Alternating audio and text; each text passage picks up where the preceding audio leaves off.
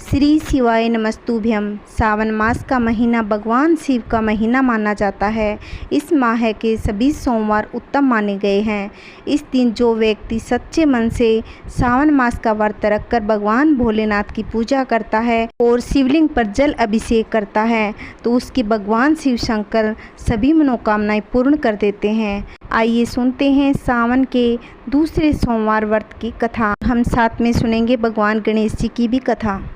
एक बहुत धनवान साहूकार था जिसके घर में धन आदि किसी प्रकार की कोई कमी नहीं थी, परंतु उसको एक दुख था कि उसका कोई पुत्र नहीं था। वैसी चिंता में रात दिन रहता वह पुत्र की कामना के लिए प्रति सोमवार को शिवजी का व्रत और पूजन किया करता था तथा सायंकाल को शिव मंदिर में जाकर के शिवजी के श्री विग्रह के सामने दीपक जलाया करता। उसके इस भक्ति भाव को देखकर एक समय श्री पार्वती जी ने शिवजी महाराज से कहा कि महाराज, यह साहूकार आपका बड़ा भक्त है, सदैव आपका व्रत और पूजन बड़ी श्रद्धा से करता है, इसकी मनोकामना पूर्ण करनी चाहिए। शिवजी ने कहा कि पार्वती, यह संसार कर्म क्षेत्र है। जैसे किसान खेत में जैसा बीज बोता है वैसा ही फल काटता है, उसी तरह इस संसार में जैसा कर्म करते हैं वैसा फल भोगते हैं। पार्वती जी ने अत्यंत आग्रह से कहा, महाराज, जब यह आपका इतना बड़ा भक्त है, इसको अगर किसी प्रकार का दुख है तो उसको अवश्य दूर करना चाहिए, क्योंकि आप सदैव अपने भक्तों पर दयालु होते हैं, उनके दुखों को दूर करते हैं। यदि आप ऐसा नहीं करेंगे तो मनुष्य आपकी सेवा तथा व्रत क्यों करेंगे। पार्वती जी का ऐसा आग्रह देख शिवजी महाराज कहने लगे, हे पार्वती, इसके कोई पुत्र नहीं है, इसी चिंता में यह अति दुखी रहता है।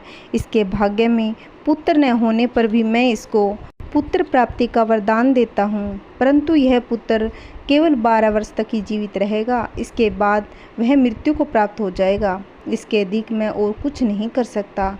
भगवान शिव और माता पार्वती का वार्तालाप यह सब साहूकार सुन रहा था। इसे उसको न तो कुछ प्रसन्नता हुई न ही कुछ दुख हुआ। वह पहले जैसा ही शिवजी महाराज का व्रत और पूजन करता रहा।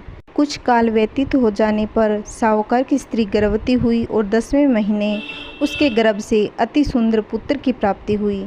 साहूकार के घर में बहुत खुशी मनाई गई, परंतु साहूकार ने उसकी केवल 12 वर्ष की आयु जान कोई अधिक प्रसन्नता प्रकट नहीं की और न ही किसी को भेद ही बताया। जब वह बालक 11 वर्ष का हो गया तो उस बालक की माता ने उसके पिता से विवाह के लिए कहा, तो वह साहूकार कहने लगा, अभी मैं इसका विवाह नहीं करूंगा, मैं अपने पुत्र को काशी जी पढ़ने के लिए भेजूंगा। फिर साहूकार ने लड़के के मामा को बुलाया, बहुत सारा धन देकर कहा, तुम इस बालक को काशी जी पढ़ने के लिए ले जाओ।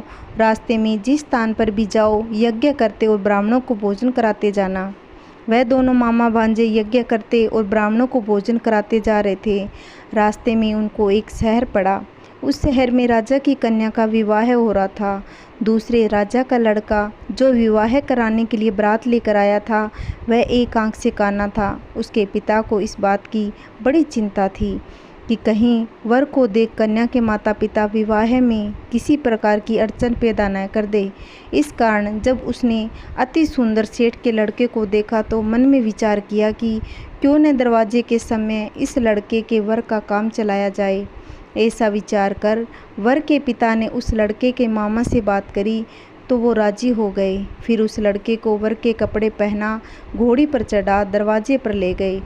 सब कार्य प्रसन्नता से पूर्ण हो गए। फिर वर के पिता ने सोचा कि यदि विवाह कार्य भी इसी लड़के से करा लिया जाए तो क्या बुराई है। ऐसा विचार कर लड़के और उसके मामा से कहा, यदि आप फेरों और कन्यादान से काम को भी करा दे तो आपकी बड़ी कृपा होगी और मैं इसके बदले में आपको बहुत सारा धन दूंगा। उन्होंने स्वीकार कर लिया और विवाह कार्य बहुत अच्छी तरह से संपन्न हो गया।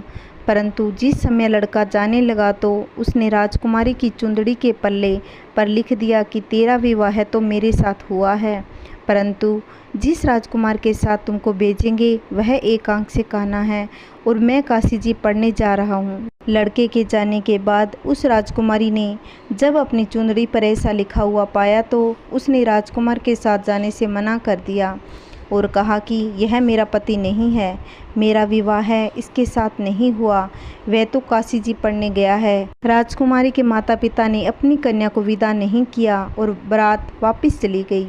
उधर सेठ का लड़का और उसका मामा काशी जी पहुंच गए। वहां जाकर उन्होंने यज्ञ करना और लड़के ने पढ़ना शुरू कर दिया। जब लड़के की आयु 12 साल की हो गई, उस दिन उन्होंने यज्ञ रच रखा था। लड़के ने अपने मामा से कहा, मामा जी आज मेरी तबीयत कुछ ठीक नहीं। मामा ने कहा, अंदर जाकर सो जाओ। लड़का अंदर जाकर सो गया और थोड़ी देर बाद उसके प्राण निकल गए। जब उसके मामा ने आकर देखा तो वह मुर्दा पड़ा था, तो उसको बड़ा दुख हुआ। उसने सोचा कि अगर मैं अभी रोना पीटना मचा दूंगा तो यज्ञ का कार्य अधूरा रह जाएगा।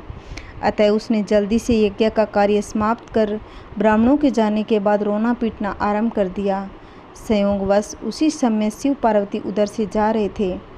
जब उन्होंने जोर जोर से रोने की आवाज़ सुनी तो पार्वती जी कहने लगी, महाराज कोई दुखिया रो रहा है, इसके कष्ट को दूर कीजिए। जब शिव पार्वती ने पास जाकर देखा तो वहाँ एक लड़का मुर्दा पड़ा था। पार्वती जी कहने लगी, महाराज यह तो उसी सेठ का लड़का है जो आपके वरदान से हुआ था। शिव जी कहने लगे, हे पार्वती इसकी आयु इतनी ही थी सो भोग चुका। तब पार्वती जी ने कहा, महाराज इस बालक को और आयु दो, नहीं तो इसके माता पिता तड़प तड़प कर मर जाएंगे। पार्वती जी के बार बार आग्रह करने पर शिव जी ने उसको जीवन वरदान दिया। शिव जी महाराज की कृपा से लड़का जीवित हो गया। शिव पार्वती कैलाश पर्वत पर चले गए। तब वह लड़का और मामा उसी प्रकार यज्ञ करते तथा ब्राह्मणों को भोजन कराते समय घर की ओर चल पड़े। रास्ते में उसी शहर आए जहाँ उसका विवाह हुआ था। वहाँ पर आकर उन्होंने यज्ञ आरंभ कर दिया तो उस लड़के के ससुर ने उसको पहचान लिया और अपने महल में ले जाकर उसकी बड़ी खातिर की। साथ ही बहुत दास दासियों सहित आदरपूर्वक लड़की और जमाई को विदा कर दिया। जब वह अपने शहर के निकट आए तो मामा ने कहा कि मैं पहले तुम्हारे घर जाकर खबर कर आता हूँ। जब उस लड़के का मामा घर पहुँचा तो लड़के के माता पिता घर की छत पर बैठे थे। यह प्रण कर रखा था कि यदि हमारा पुत्र सकुशल लौट आया तो हम राजी खुशी नीचे आ जाएंगे, नहीं तो छत से गिरकर अपने प्राण खो देंगे। इतने में उस लड़के के मामा ने आकर यह समाचार दिया कि आपका पुत्र आ गया। उनके माता पिता को विश्वास ही नहीं हुआ। उसके मामा ने शपथपूर्वक कहा कि आपका पुत्र अपनी स्त्री के साथ बहुत सारा धन साथ लेकर आया है। तो सेठ ने आनंद के साथ उसका स्वागत किया और बड़ी प्रसन्नता के साथ कहने लगे, इसी प्रकार से जो कोई सोमवार के व्रत धारण करता है अथवा इस कथा को पढ़ता या सुनता है उसकी समस्त मनोकामनाएं पूर्ण होती है।